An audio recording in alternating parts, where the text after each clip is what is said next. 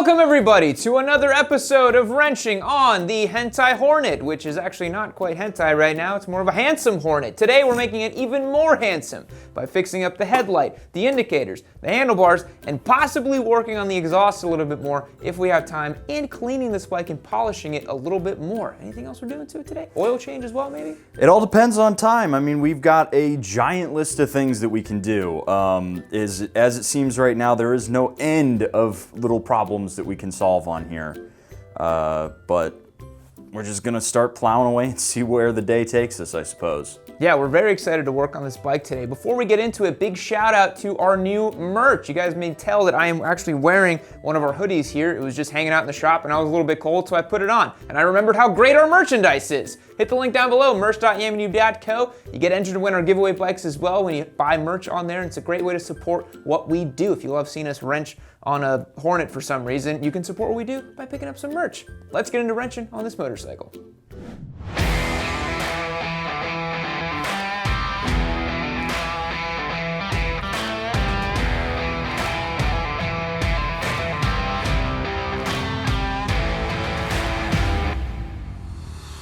Alrighty guys, so I have been working on the headlight and all of that stuff on this motorcycle, and look at that! That's not right. I mean, that's what several owners and home mechanics do to a wiring harness. So, first things first, this is the old headlight assembly, which we are going to be replacing. It was running a HID bulb, which needed this big resistor pack, this HID power brick, basically, because they need to warm up. They have a lot more draw on the engine and the power system, so it needs that.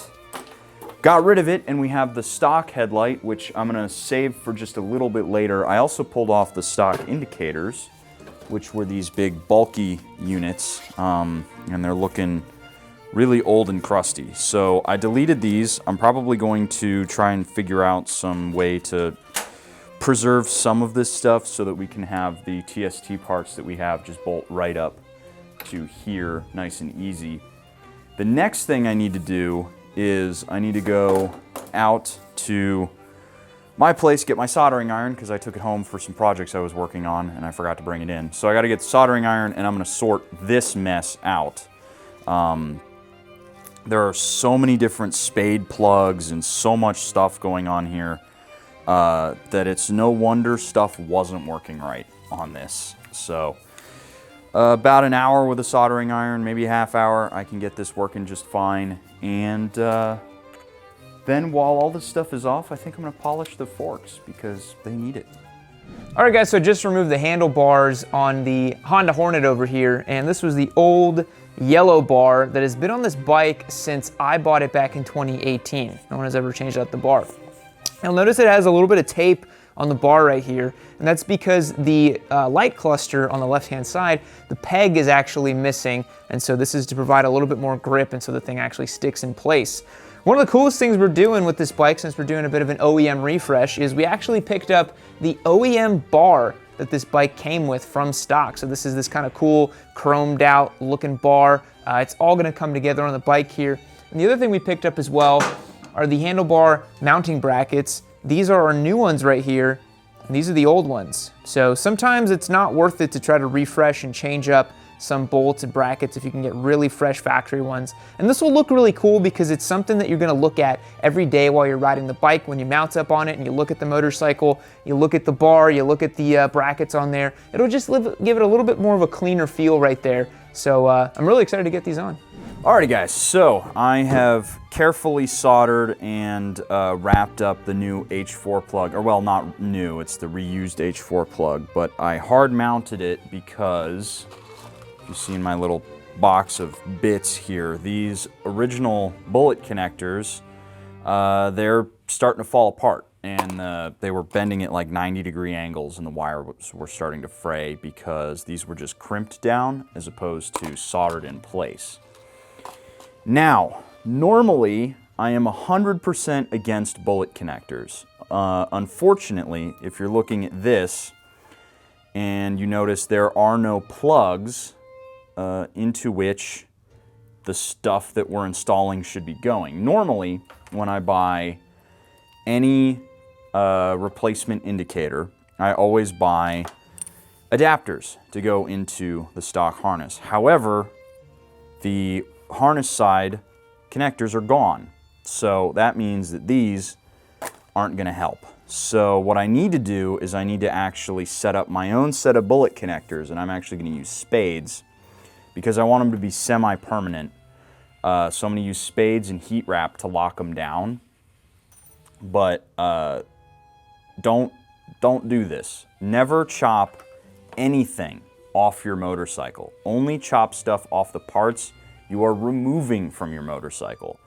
You never have any excuse to chop any chunk off of your stock harness.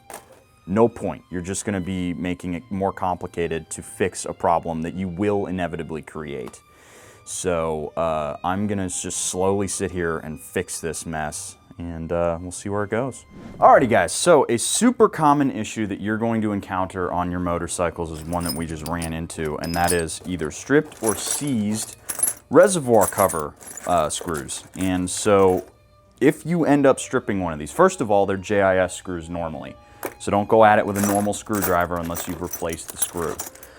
Secondly, if you do strip it out, there's a couple of ways to get it out. I normally like to try and hammer in a different sized screwdriver and then try and twist it as I'm hammering to see if I can't crack it free.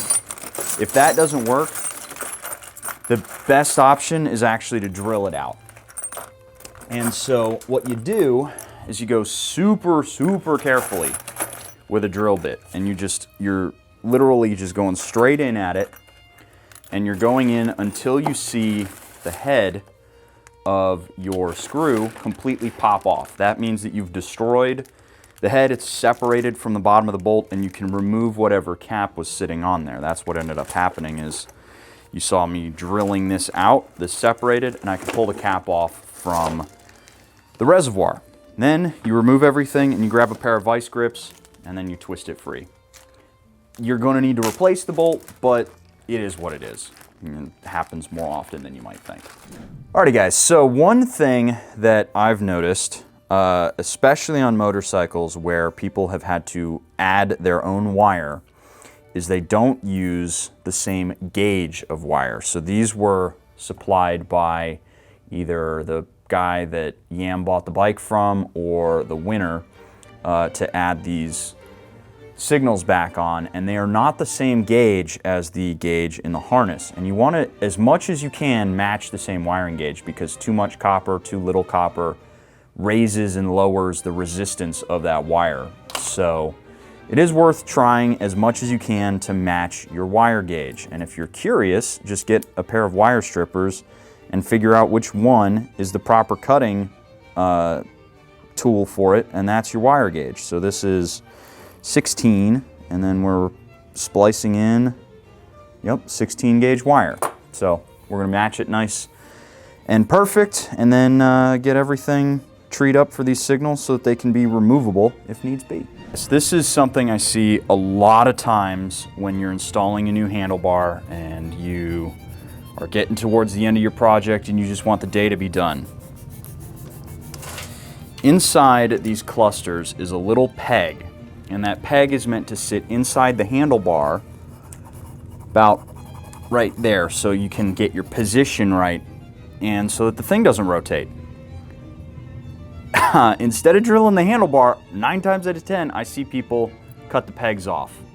Don't cut the pegs off, guys, because then you can't locate this and you're gonna have to come up with some bootleg solution like putting duct tape in there. I mean, this will work.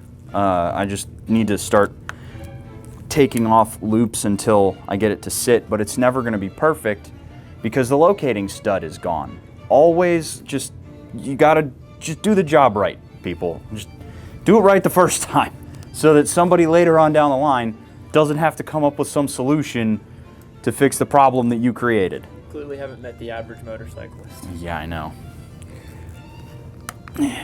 There we go. All right, folks, wrapping the day up here with the Hentai Hornet, Handsome Hornet as it's called now.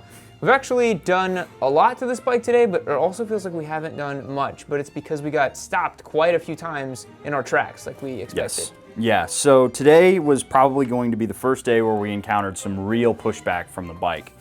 And sure enough, we did. So first things first is we ended up with a stripped bolt that we had to drill out. I need to go to a store here in Austin that sells just a bunch of, you know, bulk bolts, and I'll go get 2 more of those.